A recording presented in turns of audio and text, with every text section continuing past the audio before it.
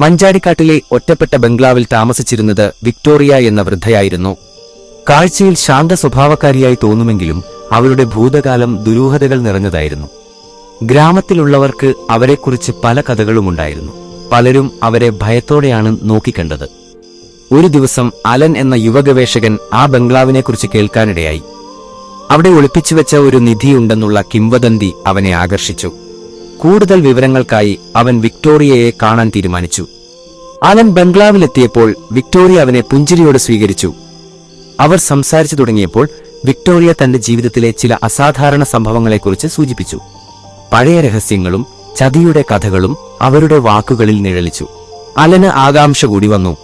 അന്നത്തെ രാത്രി അലൻ അവിടെ താമസിക്കാൻ തീരുമാനിച്ചു.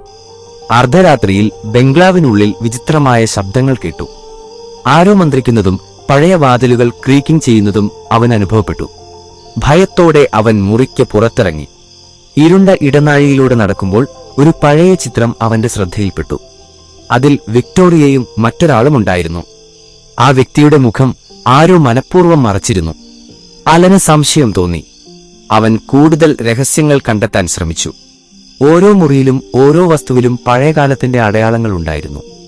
പൊടിപിടിച്ച ഡയറി കുറിപ്പുകളിൽ നിന്നും ഒളിപ്പിച്ചുവെച്ച കത്തുകളിൽ നിന്നും ഞെട്ടിക്കുന്ന വിവരങ്ങൾ അവൻ അറിഞ്ഞു.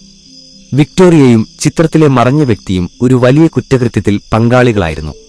ആ നിധി അവർ മോഷ്ടിച്ചതായിരുന്നു. പെട്ടെന്ന് പിന്നിലൊരു ശബ്ദം കേട്ട് അലൻ തിരിഞ്ഞു നോക്കി. അത് വിക്ടോറിയ ആയിരുന്നു. അവരുടെ കണ്ണുകളിൽ ഭയം കലർന്നിരുന്നു. "നീ എല്ലാം അറിഞ്ഞല്ലേ?" അവരുടെ ശബ്ദം വിറയ്ക്കുന്നുണ്ടായിരുന്നു. അവിടെ ഒരു സംഘർഷം നടന്നു. അലൻ സത്യം പുറത്തു കൊണ്ടുവരാൻ ശ്രമിച്ചു, വിക്ടോറിയ അത് തടയാനും. ഒടുവിൽ ഗ്രാമത്തിലെ ആളുകൾ ബഹളം കേട്ട് ഓടിയെത്തി. അവർ വിക്ടോറിയയെ പിടികൂടി അലൻ കണ്ടെത്തിയ തെളിവുകൾ പോലീസിന് കൈമാറി. വർഷങ്ങൾ പഴക്കമുള്ള ആ രഹസ്യം ഒടുവിൽ വെളിച്ചത്തുവന്നു. മഞ്ചാടിക്കാട്ടിലെ ആ ബംഗ്ലാവും വിക്ടോറിയയുടെ ദുരൂഹ ജീവിതവും ഗ്രാമത്തിലെ ഒരു ഭയപ്പെടുത്തുന്ന ഓർമ്മയായി അവശേഷിച്ചു.